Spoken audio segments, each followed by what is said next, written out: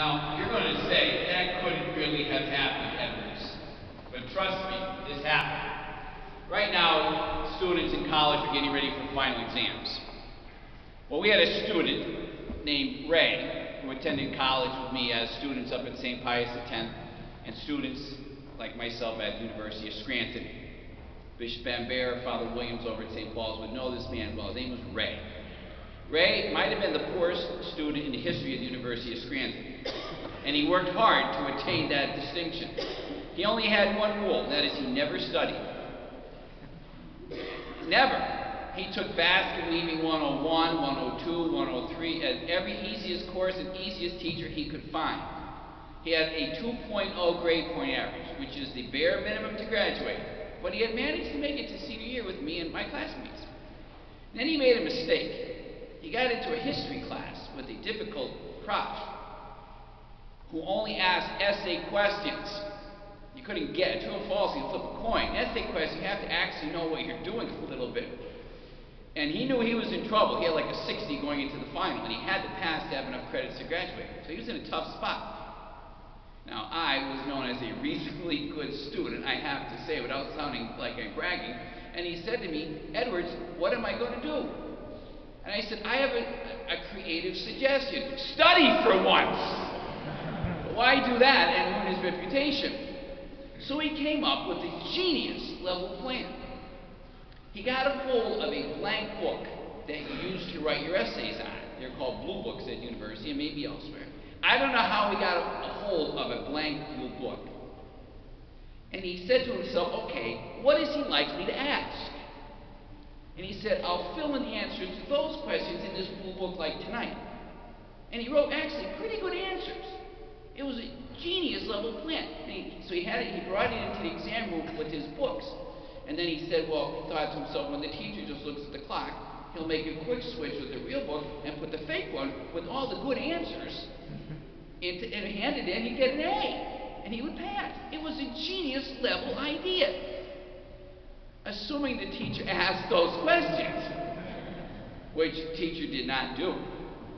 And that put my friend Ray into a very bad position because he couldn't answer the questions, and the answers he had were not to the right question. Terrible. And he failed the course. And only my friend Ray could come up with that. And maybe God.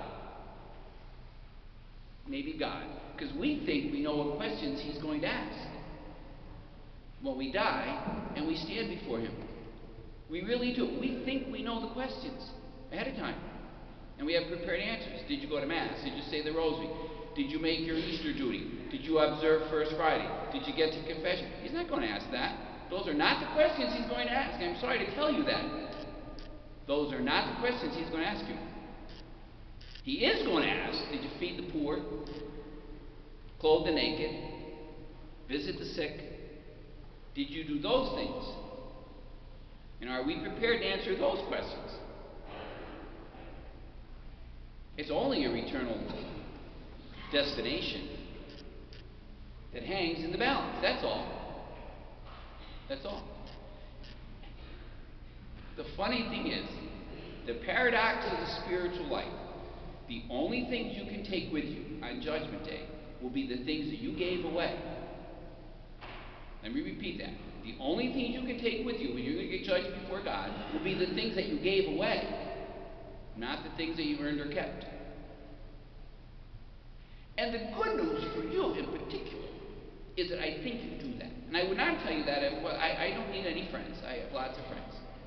Because this is not a rich parish. Our average Sunday collection is $8,000 or $9,000. There are places it's double that. 18508 is the poorest zip code in the city of Scranton. It is. That's most of us live at 18508. I don't have people who can write $10,000 checks for the Bishop's Appeal. They do not live here. They live up in Clark Summit, maybe. They don't live here. Yet every single time we ask you to give to something, the hurricane victims, $4,000. That's amazing. The canned goods that Scouts ask for, dozens of canned. We need a bunch of kids to carry them. The giving tree, it's in the back, take one for the kids for Christmas. The leaves are gone.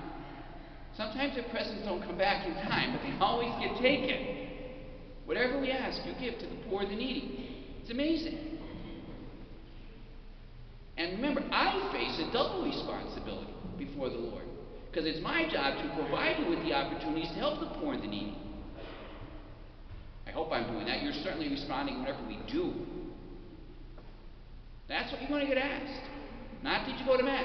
He might ask you that after he asked you to take care of the needy. I like to think that those who go to Mass are more likely to help the needy. And those who help the needy are more likely to go to Mass.